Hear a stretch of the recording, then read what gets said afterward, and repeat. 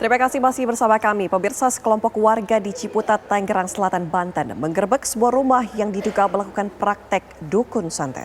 Buntut dari peristiwa tersebut, tim Gegana Polda Metro Jaya diterjunkan ke lokasi untuk menyisir seluruh isi rumah. Sejumlah warga Kelurahan Sawah Lama, Kecamatan Ciputat, Kota Tangerang Selatan menggerebek rumah seorang pria berinisial H yang diduga melakukan praktek dukun santet. Dari penggerebekan tersebut, ditemukan ratusan foto yang telah tertusuk jarum. Tidak hanya itu, petugas kepolisian Polsek Ciputat yang sebelumnya melakukan pengamanan menemukan 2 pucuk senjata api, berikut pelurunya dan 1 buah granat aktif. Atas penemuan tersebut, tim Gegana Polda Metro Jaya menggeledah sejumlah rumah milik terduga dukun santet Haryanto di Kelurahan Sawah Lama, Kecamatan Ciputat, Tangerang Selatan. Rumah terduga dukun digerebek oleh warga. Lalu piket Polsek Ciptim dipimpin oleh Pawas melaksanakan cek TKP. Kemudian di tempat kejadian berhasil diamankan seorang laki-laki dan barang bukti berupa 1 pucuk senjata api jenis revolver beserta beberapa butir peluru. Kemudian senjata api jenis Defender dengan beberapa butir peluru. Kemudian ditemukan juga 2 buah magazin, 2 dus peluru kaliber 7 mm isi 41 butir, 1 dus peluru kaliber 9 mm isi 25 butir, 1 dus peluru kaliber 9 mm isi 19 butir, 1 buah granat nanas. Sementara, terduga dukun santet Haryanto diperiksa secara intensif di Polres Tangerang Selatan. Dari Tangerang Selatan, Banten, Milhan Wahyudi, TV One mengabarkan. Lalu apa kesaksian tetangga terduga dukun santet? Kami hadirkan pemirsa cuplikan wawancara yang ditayangkan program Apa Kabar Indonesia Pagi TV One. Setelah sudah saya kumpulin semua warga yang korban, saya ajak ke rumahnya.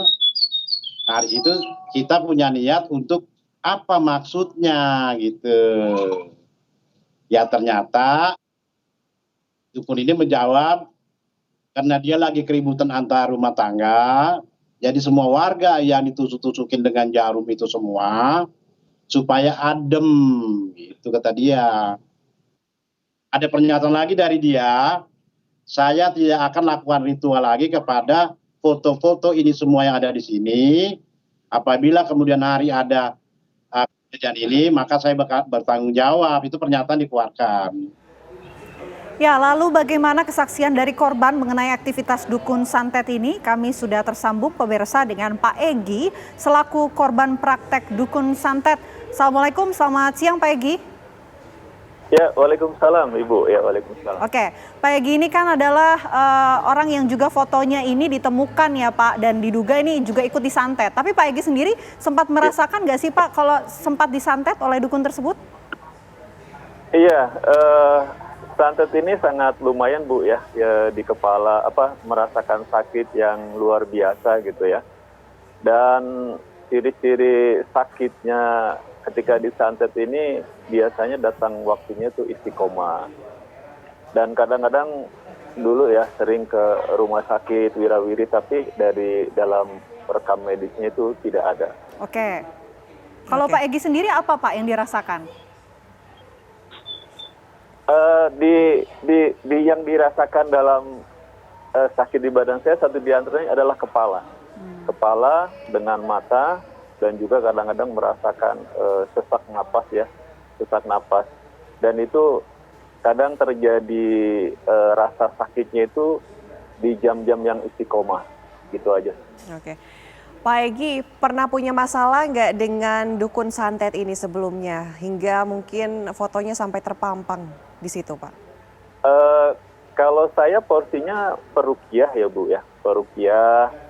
Dan saya alhamdulillah juga meruqyah orang-orang yang sebagian fotonya ada di dukun tersebut.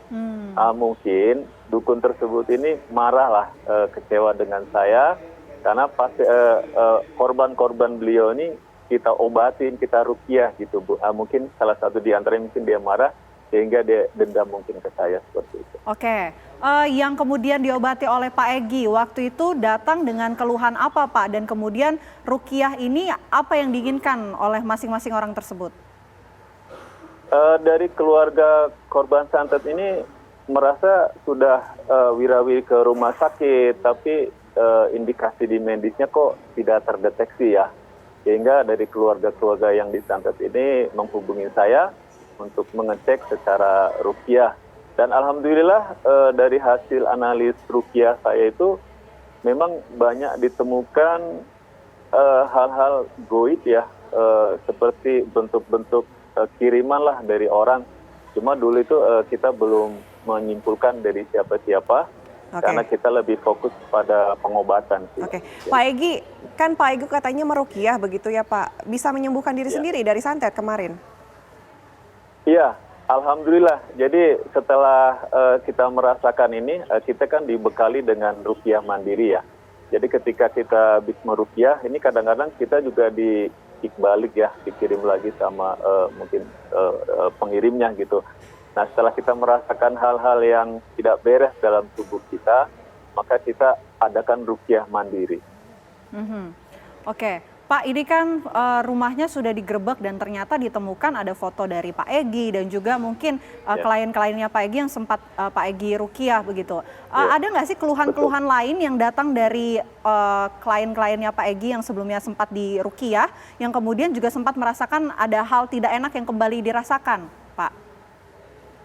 Iya, biasanya saya kasih tahu ya kepada pasien-pasien ruqyah saya bilang, Pak, ini kita ruqyah sudah selesai, namun kalau ini diindikasi ada kiriman balik, maka Bapak akan merasakan lebih dahsyat lagi sakitnya sebelum waktu-waktu kemarin. Biasanya kalau dukun santet ini, pertama dia akan kirim mungkin kelasnya kelas 3. Setelah kita ruqyah selesai, dia akan kirim kelas 2. Setelah kita sembuhkan lagi, dia akan kirim kelas 1. Nah, apabila pengiriman yang sangat berat sudah selesai, itu mungkin dukunnya baru berhenti untuk mengirim santet tersebut. Nah, itu kita kasih tahu kepada keluarga-keluarga pasien yang saya ruqyah. Baik, Pak Egy, terima kasih sudah bergabung bersama kami di Apa Kabar Indonesia Siang. Selamat siang Pak Egy. Baik, amin.